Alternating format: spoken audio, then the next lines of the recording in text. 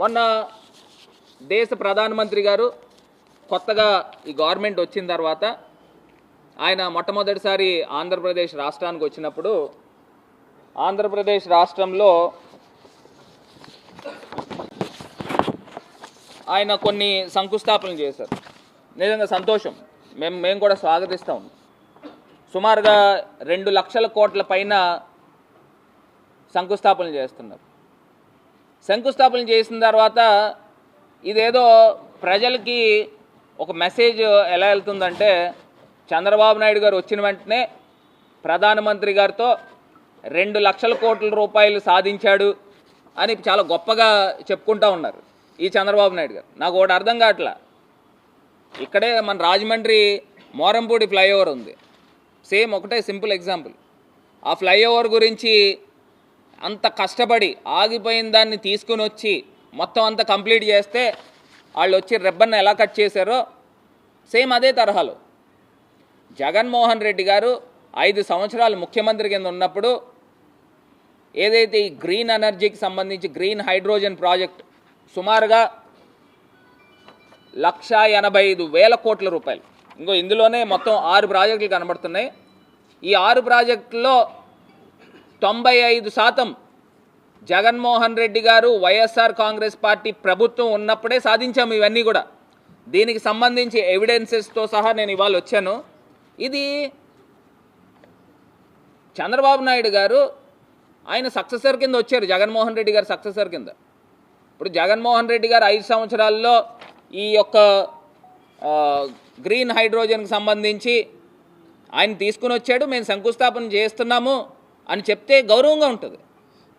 అవేం చేయకోకుండా వాళ్ళు ఏం చేస్తూ ఉన్నారు, అదేదో చంద్రబాబు నాయుడు గారు సాధించినట్టు అని చెప్పే కార్యక్రమం చేస్తున్నారు. ఇప్పుడు నేను ఒకటి చెప్తున్నానండి, ఈ ఎన్టీపీసీకి సంబంధించి గతంలో ఈయన జవహర్ రెడ్డి గారు సిఎస్ గారు, ఈయన ఎన్టీపీసీకి సంబంధించి హయ్యర్ అఫీషియల్ ప్లస్ ఏపీఐఐసి ఎండి వీళ్ళందరూ కూడా వెళ్ళి ఎంఓయూలు ఎక్స్చేంజ్ చేసుకున్నారు.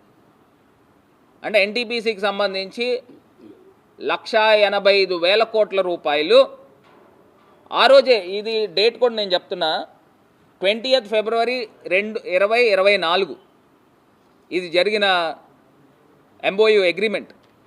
అప్పుడు తెలుగుదేశం పార్టీ వాళ్ళు కూడా ఆక్షేపించారు, ఎన్టీపీసీకి 1,85,000 కోట్ల రూపాయలు పెట్టే సామర్థ్యత ఉందా అని తెలుగుదేశం పార్టీ వాళ్ళు అప్పుడు అపోజిషన్ కింద ఉండి వాళ్ళు ఆక్షేపించారు. మరి ఇది సాధించింది ఎవరండి నా తెలియక అడుగుతాను, జగన్మోహన్ రెడ్డి గారు కాదా? జగన్మోహన్ రెడ్డి గారు కాదా అని అడుగుతా ఉన్నాం. మరి ఆయనకి ఇప్పుడు మనం చేసామనుకోండి, మనం కొత్తగా ఇప్పుడు ఎన్డీఏ ప్రభుత్వంలో వీళ్ళు తెలుగుదేశం పార్టీ జాయిన్ అయ్యారు. జాయిన్ అయిన తర్వాత బీహార్ తరహాలోనో లేకపోతే కర్ణాటక తరహాలోనో ఏమన్నా కొత్తగా ఏమన్నా తీసుకుని వచ్చేసారనుకోండి, అప్పుడు నిజంగా చంద్రబాబు నాయుడు గారిని శభాష్ అని అనొచ్చు. కానీ జగన్మోహన్ రెడ్డి ఎవరో సాధించిన దాన్ని మనం తీసుకొచ్చి అంత నా వల్ల అయిందని కాలు ఎగరేస్తే ఎలాగండి?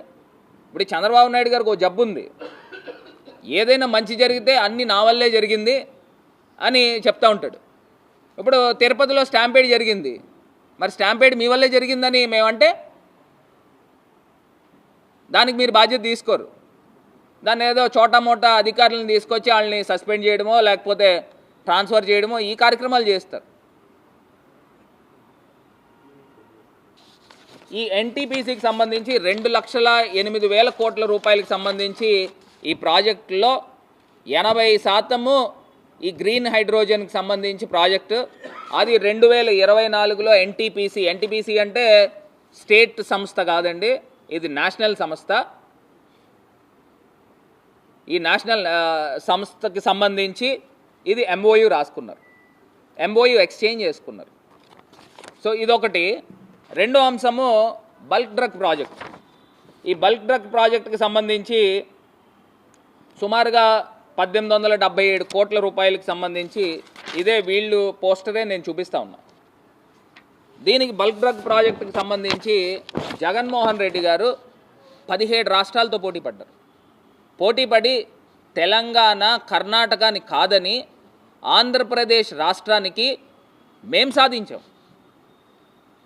మా ప్రభుత్వం గతంలో మేము ఉన్నప్పుడు మేము సాధించాం. దానికి అప్పుడు యనమల రామకృష్ణుడు గారు ఆయన డ్రగ్ పార్క్ వలన, బల్క్ డ్రగ్ పార్క్ వలన తీవ్రమైన ముప్పు కేంద్రానికి యనమల లేఖ. మరి ఇప్పుడు ఏం చేశారండి? ఇదే యనమల రామకృష్ణుడు గారు మీ పాలిట్ బ్యూరో మెంబరు, సీనియర్ లీడరు, గతంలో ఫినాన్స్ మినిస్టర్ చేశాడు. మరి ఈయన చెప్తా ఉన్నాడు. అంటే మరి దీని ఘనత ఎవరిదండి? నక్కపల్లిలో తీసుకురావడానికి ఘనత ఎవరిది? జగన్మోహన్ రెడ్డి గారిది కాదా? ఒక మాట చెప్తే మనకి పోయిందే ఉంటుంది. ఇప్పుడు రాజకీయాల్లో హెల్తీగా ఉండాలి. ఇప్పుడు మీరు సాధించారు, అవును జగన్మోహన్ రెడ్డి గారు తీసుకుని వచ్చారు, సంతోషమే, మేము శంకుస్థాపనం చేస్తున్నాము అని అంటే తప్పే ఉంది. దీంట్లో 1877 కోట్ల బల్క్ డ్రగ్ ప్రాజెక్ట్ కూడా జగన్మోహన్ రెడ్డి గారు తీసుకొచ్చారు. ఇది కాకుండా విశాఖ రైల్వే జోన్ గురించి కూడా నేను చెప్తానండి. ఇది 4/8/2023 ఆ టైంలో పార్లమెంట్లో, అంటే మేము కూడా ఎంపీ కింద ఉన్నాను, ఆ టైంలో జీవీఎల్ నరసింహారావు గారు, ఆయన బీజేపీ ఎంపీ, ఆయన అడిగాడు whether the railway board has given the sanction for the construction of 3rd and 4th lines between Visakhapatnam, Gopalapatnam, next అసలైంది flyover projects, Duvvada, next railway జోన్కి సంబంధించి కూడా క్వశ్చన్ అడిగితే దాంట్లో వచ్చిన ఆన్సర్ ఏంటంటే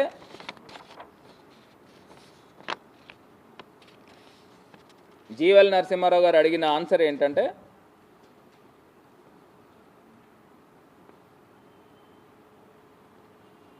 Visakhapatnam falls in the East Coast Railway Zone as on 1/4/2023. The survey works of the total length of 15 kilometers, 1500 kilometers has been taken in the East Coast Railway Zone అని clear కట్గా government of India mention చేసింది. అంటే అప్పుడు మేము ఎంపీల కింద ఉన్నప్పుడు గత గవర్నమెంట్లో ఇది డైరెక్ట్గా అన్స్టార్డ్ క్వశ్చన్, ఈ అన్స్టార్డ్ క్వశ్చన్లో దీనికి సంబంధించి రిప్లై కూడా ఉంది. సో ఇది ఇంకొక అంశము. ఇది కాకుండా జనరల్గా రోడ్స్ అని కానీ ప్రతి సంవత్సరం కూడా, ప్రతి ఏటా కూడా గవర్నమెంట్ ఆఫ్ ఇండియా ప్రతి స్టేట్కి శాంక్షన్స్ చేస్తూ ఉంటారు. అది రెగ్యులర్ ప్రాక్టీస్. వాళ్ళు వెసులుబాట్లకి వేరే రాష్ట్రం నుంచి వేరే రాష్ట్రం నేషనల్ హైవేస్కి జనరల్గా 4 lanes ఉన్నాయి, 6 lanes అవుతాయి, 6 lanes ఉన్నాయి, 8 lanes అవుతాయి, 2 lanes ఉన్నాయి, 4 lanes అవుతాయి. ఈ జనరల్ ప్రక్రియ. దాంట్లో భాగంగా ఈ రోడ్ ప్రాజెక్టులకి 4600 కోట్లు తీసుకుని వచ్చారంట. సో 6 రైల్వే ప్రాజెక్ట్స్, ఇవన్నీ కూడా మేము స్వాగతిస్తాం. దీంతోపాటు మెజారిటీ 90-95% ప్రాజెక్ట్స్ మొన్న శంకుస్థాపన జరిగినాయి. అది జగన్మోహన్ రెడ్డి గారు ముఖ్యమంత్రి కింద ఉన్నప్పుడే జరిగినాయి అనేది ఒకటి గుర్తు చేసుకోవాలని ఈ సందర్భంగా తెలియపరుస్తున్నా. ఇగోండి, ఇది బల్క్ డ్రగ్ ప్రాజెక్ట్ దగ్గర నుంచి, ఇది కూడా పార్లమెంట్లో అన్స్టార్డ్ క్వశ్చనే. మా ఎంపీ అప్పుడు ఆదాల్ ప్రభాకర్ రెడ్డి గారు, మిథున్ గారు, బ్రహ్మానంద రెడ్డి గారు అడిగిన క్వశ్చన్కి అందులో క్లియర్గా మెన్షన్ ఏం చేశారనంటే the promotion of bulk drug parks which was considered approved by the scheme steering committee in its meeting 13/11/2022 అంటే already approved in 2022, 3/11/2022.